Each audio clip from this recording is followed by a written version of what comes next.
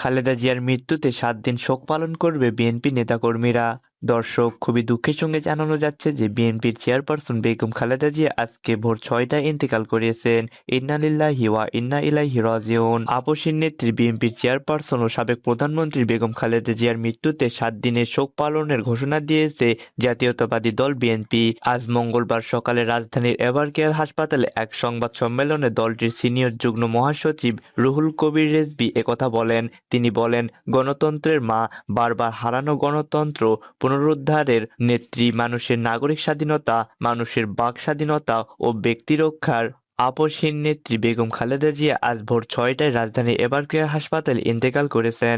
রুহুল কবির রিজভী বলেন, বাংলাদেশের জাতীয়তাবাদী দল বিএনপির এই হৃদয় বিদারক মৃত্যুতে গভীর শোক ও দুঃখ প্রকাশ করেছেন। দেশের জনগণ, দলের সর্বস্তরের নেতাকর্মী, বিভিন্ন দল ও পেশাজীবী সংগঠন সবাইকে নেত্রীর রুহের মাগফিরাতের জন্য দোয়া করতে বলেছেন। তিনি আরও বলেন, দেশনেত্রী বেগম খালেদা জিয়া আমাদের মাঝে আর নেই। তার মৃত্যুতে 7 দিনব্যাপী বিএনপি শোক পালন করবে। কেন্দ্রীয় কার্যালয় সহ দেশের সব স্তরে 7 দিনব্যাপী কালো পতাকা উত্তোলন করা হবে। দলের সব স্তরে নেতাকর্মী এই 7 দিন কালো ব্যাজ ধারণ করবে। প্রতিটি দলে কার্যীয় 7 দিনব্যাপী কোরআন তেলাওয়াত ও খতম হবে। খালেদা জিয়ার মৃত্যুতে গভীরভাবে শোক প্রকাশ করেছেন প্রধান উপদেষ্টা। জাতির উদ্দেশ্যে দুপুরে ভাষণ দেবেন প্রধান উপদেষ্টা। বাংলাদেশে অন্তর্বর্তী সরকারের প্রধান ডক্টর মোহাম্মদ ইউনূস জাতির উদ্দেশ্যে ভাষণ দেবে। আজ মঙ্গলবার দুপুর 2টায় জাতির উদ্দেশ্যে এই ভাষণ দেবেন বলে জানিয়েছেন প্রধান প্রেস সচিব। এদিকে বিএনপির চেয়ারপারসন খালেদা জিয়ার মৃত্যুতে অন্তর্বর্তী সরকারের উপদেষ্টা পরিষদের জরুরি বৈঠকের আহ্বান করেছেন।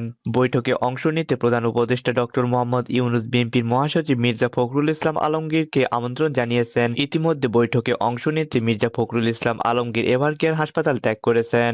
বিএনপির চেয়ারপারসন বেগম খালেদা জিয়ার মৃত্যুতে গভীরভাবে শোকাহত হয়েছেন মির্জা ফখরুল ইসলাম আলমগীর। তিনি বলেন, বাংলাদেশের রাজনীতিতে বিশাল শূন্যতা সৃষ্টি হলো। বিএনপির চেয়ারপারসন বেগম খালেদা জিয়ার মৃত্যুতে দেশের রাজনীতিতে বিশাল শূন্যতা দেখা দিল বলে জানিয়েছেন মির্জা ফখরুল ইসলাম আলমগীর। তিনি বলেন, এই শোক এটা অস্বাভাবিক, এটা অপূরণীয়। জাতি কোনোদিন এটি পূরণ করতে পারবে না।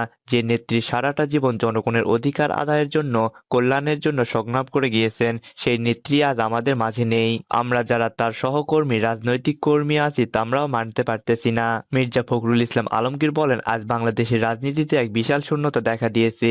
শুধু তাই নয়, গণতান্ত্রিক আন্দোলনে একটি বিশাল শূন্যতা সৃষ্টি হলো। এদিকে বিএনপির চেয়ারপারসন বেগম খালেদা জিয়ার মৃত্যুতে গভীরভাবে শোক জানিয়েছে যুক্তরাষ্ট্র।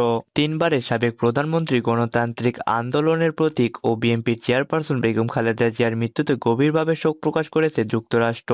মঙ্গলবার সকালে বাংলাদেশে নিযুক্ত মার্কিন দূতাবাসের অফিসিয়াল ফেসবুক পেজে এই পোস্টে শোক বার্তা দেওয়া হয়। বার্তায় বলা হয়, সাবেক প্রধানমন্ত্রী বেগম খালেদা জিয়ার প্রয়াণে গভীর শোক প্রকাশ করেছে যুক্তরাষ্ট্র। এর আগে বেগম খালেদা জিয়ার ইন্তেকালে গভীর শোক প্রকাশ করেছে ইউরোপীয় ইউনিয়ন। বাংলাদেশের গণতন্ত্র প্রতিষ্ঠার লড়াইয়ে বেগম খালেদা জিয়ার অবদান ও সংগ্রামের স্মৃতি সংরক্ষিত থাকবে বলে মন্তব্য করেছেন এনসিপি আহ্বায়ক নাহিদ ইসলাম। মঙ্গলবার সকালে নিজের ভেরিফাইড ফেসবুক পেজ থেকে এই পোস্টে মন্তব্য করেন। তিনি বলেন, দীর্ঘ রাজনৈতিক জীবনে তিনি বহুবার কারাবরণ করেছেন এবং লড়াই করেছেন বহুবার, কিন্তু নিজের রাজনৈতিক আদর্শ ও জনগণের অধিকারের প্রশ্নে তিনি ছিলেন অবিচল। বাংলাদেশে গণতন্ত্র প্রতিষ্ঠার লড়াইয়ে বেগম খালেদা জিয়ার অবদান ও সংগ্রামের স্মৃতি নিশ্চয় সংরক্ষিত থাকবে।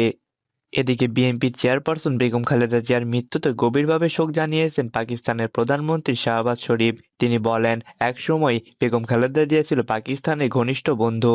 আজ সে ইন্তেকাল করেছে, কিন্তু আমি এটা বিশ্বাস করতে পারতেছি না। সে বাংলাদেশের গণতন্ত্র রক্ষার জন্য অনেক ত্যাগ করেছেন। দর্শক, এটি ছিল আমাদের হাতে থাকা সর্বশেষ আপডেট। খালেদা জিয়ার জানাজা কখন অনুষ্ঠিত হবে সেটা জানার জন্য চ্যানেলটিকে সাবস্ক্রাইব করে রাখুন। খুব তাড়াতাড়ি আমরা আবারও একটি সংবাদ নিয়ে আসছি।